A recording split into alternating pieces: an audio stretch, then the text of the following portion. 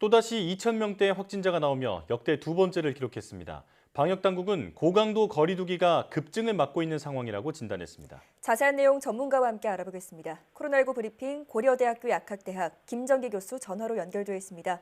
교수님 나와 계시죠? 네, 안녕하세요. 네, 8일 만에 2,000명이 넘는 확진자가 나오면서 역대 두 번째 규모를 기록했습니다. 연휴에 영향이 나타나기 시작했다고 봐야 할까요? 네, 맞습니다. 일단 지난 15일, 16일 각각 토요일, 일요일 기준으로 최대 확진자를 보이다가 월요일, 화요일 발표된 확진자 수가 다소 감소한 면이 있거든요. 예. 이 부분은 검사 건수가 감소에 따른 연휴 효과가 반영된 것이다라고 보시면 될 것 같고, 실제로 3만 명대의 검사 건수가 있었습니다.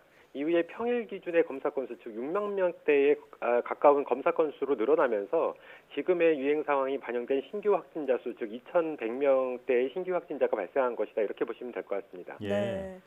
자, 그런데 정부는 현재 고강도 거리 두기로 확산세 급증을 억제하고 있는 상황이라고 평가했는데요. 여기에 대해서는 어떤 의견을 가지고 계십니까? 글쎄요, 정부에서 말하는 고강도가 진정한 의미의 고강도인가는 다소 의문이 있기는 합니다. 네. 다만 현재 수도권에서 그리고 일부 지자체에서 사회적 거리두기 4단계를 적용하면서 확산세 급증을 억제하고 있는 상황인 것은 맞습니다. 특히 이러한 경향은 수도권에서보다 뚜렷이 나타나고 있는데요. 네.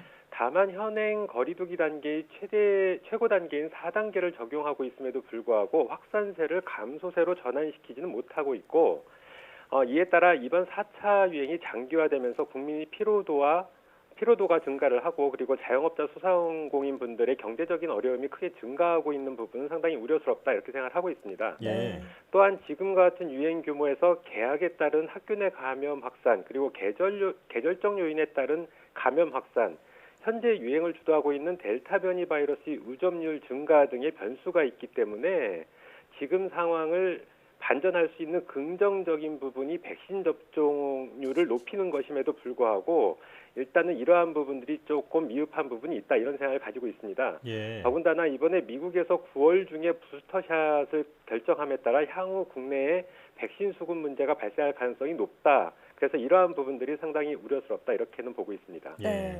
자, 그런가 하면 다음 주 월요일부터 적용될 거리두기 조정안이 현행 거리두기 연장에 무게가 실리고 있습니다. 4주 연장 의견도 있는데요. 교수님께서는 어떻게 보십니까?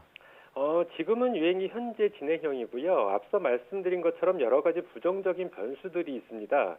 따라서 섣부른 거리두기 완화는 오히려 확산세를 오히려 급증으로 이끌어갈 그럴 가능성이 상당히 높다, 이렇게 보고 있거든요. 네. 그렇기 때문에 2주든 4주든 현행 거리두기를 연장하는 것은 불가피하다, 이렇게 판단을 하고 있습니다. 예.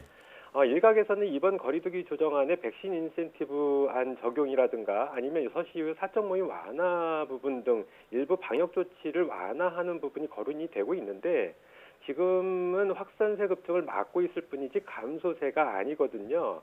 따라서 최근 수도권에서도 다소 증가하는 양상을 보이고 있습니다. 예. 네. 그러니까 일부라고 하더라도 방역 조치 완화는 우려스러운 부분이 있다라고 생각을 하고 있고, 사실 지금의 상황은 방역 조치 완화에 대한 명분도 부족하고 방역 조치 강화에 따른 실제로는 실리라고 하면 경제적인 부분이라고 할 수 있는데, 네. 수도권에서는 4단계를 적용한 지 한 달이 넘었기 때문에 이러한 실리도 부족한 상황이다. 어떻게 보면 이러지도 못하고 저러지도 못하는 그런 상황에 놓여 있다, 이렇게는 보고 있습니다. 예. 네. 자, 그런가 하면 전날보다 사망자 수가 13명 추가돼서 하루 사망자 수가 4차 대유행 이후 최다를 기록했습니다. 사망자 추이에 대해서는 어떻게 전망하십니까? 말씀하신 것처럼 오늘 발표된 사망자 수는 13명인데 최근 일주간 사망자 수는 총 53명입니다. 그러니까 직전주에 29명이었는데 이거 대비 약 2배 가까이 늘어난 상황이거든요. 네.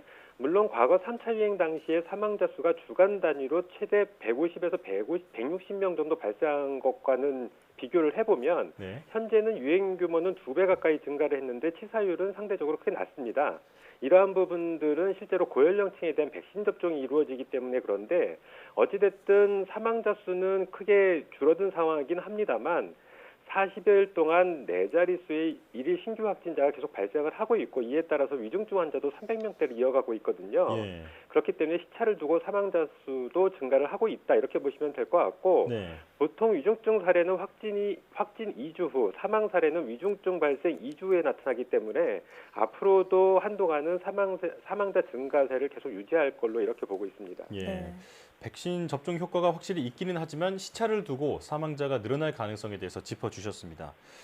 미국에서는 부모의 동의하에 12세 이상부터 백신을 맞고 있습니다. 국내에선 언제쯤 가능해질까요? 글쎄요, 이 부분은 지난 7월 16일 날 우리 식약처에서 화이자 백신의 접종 가능 연령을 만 12세로 낮추는 허가 사항에 대해서 이미 승인을 했거든요. 예. 근데 구체적인 계획은 식약처 소관이 아니고 질병관리청 소관입니다. 따라서 구체적인 접종 계획은 질병관리청 결정에 달려 있다 이렇게 생각을 하고 있습니다. 네. 현재 만 18세 이상 그리고 49세 이하 연령층에 대한 백신 접종 예약이 이루어지고 있는 상황인데 아직 지금 상황에서도 18세 미만에 대한 구체적인 백신 접종 계획은 발표되지 않고 있거든요.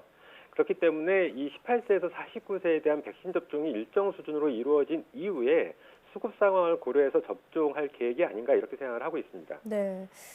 자, 그런가 하면 아스트라제네카 접종 대상 연령을 낮추자 30, 40대 신청자들이 몰리고 있다고 합니다. 젊은 층의 아스트라제네카 백신 접종, 안전성 같은 문제에 있어서 괜찮다고 보십니까? 일단 아스트라 백신이 접종 권장 연령 제한은 젊은 층에서 희귀혈전증 발생 우려 때문에 제한이 있는 거거든요. 국내 사례를 보면 국내에서는 1,000만 명 이상이 아스트라제네카 백신 접종을 받았는데 네. 이 중에 공식적으로는 2건의 희귀혈전증 발생이 있었습니다. 그러면 인구 100만 명당 발생 비율이 0.2건 정도거든요. 근데 전 세계 평균 발생 비율이 3에서 6건 정도로 지금 나와 있는데 네. 이와 비교해 보면 최대 30배 이상 낮은 수준이다 이렇게 보시면 될 것 같고 네. 일단 발생 비율이 높지 않고 특히 유럽이나 미국 등 이런 타 국가에 비해서 발생 비율이 크게 낮기 때문에 일단은 크게 우려하지는 않아도 되지 않을까 이런 생각을 가지고 있습니다. 네. 하지만 전혀 발생을 하지 않는 것이 아니기 때문에 반면에 아스트라제네카 잔여 백신 폐기 상황이 최근에 발생한 바 있거든요. 그렇기 때문에 선택권을 부여해서 접종을 진행하는 것이 더 맞지 않을까 이렇게 생각을 하고 네. 반대로 생각하면 순서를 기다리다가 미접종 상황에서 감염이 될 수 있는 확률도 있습니다. 물론 비율이 0.01에서 0.05%로 아주 낮긴 합니다만 코로나19 감염으로 사망할 가능성도 배제할 수는 없기 때문에 네. 지금 상황에서 선택권을 부여하고 접종을 하는 것도 어느 정도 타당성이 있다 이렇게 생각을 하고 있습니다. 네. 안전성 문제에 대해서는 크게 걱정할 필요가 없고 그리고 이 아스트라제네카 백신 접종에 대해서 선택권을 폭넓게 허용해야 한다 이렇게 말씀을 해주셨고요. 람다 변이가 남아메리카를 중심으로 30여 개국에서 유행하고 있습니다.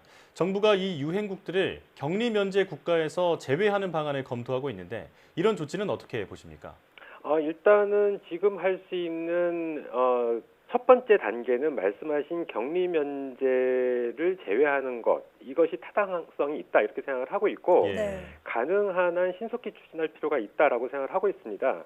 하지만 이러한 조치가 충분치는 않거든요. 네. 그러니까 자가격리 기간 중에 일부 일탈 행위가 발생을 할 수가 있고 이렇게 되면 람다 변이가 지역사회로 전파될 가능성을 완전히 배제할 수는 없습니다. 따라서 람다 변이 유행국 입국자에 한해서는 가능하면 자가격리 동안 일탈 행위가 없도록 보다 면밀한 관리가 필요하다 이렇게는 생각을 하고 있는데 네. 최근 코로나19가 장기화되면서 관련 인력들이 상당히 부족한 상황이거든요. 네. 그렇기 때문에 이 자가격리 중에 일탈 행위를 제대로 우리가 관리가 가능할까 이러한 부분에 대해서는 의문점이 좀 있습니다. 예. 네. 자, 오늘도 전문가와 함께 코로나19 상황 살펴봤는데요. 지금과 같은 확산세를 꺾을 수 있는 실질적인 대책 마련이 필요해 보입니다. 지금까지 고려대학교 약학대학 김정기 교수와 함께했습니다. 교수님 고맙습니다. 네, 감사합니다.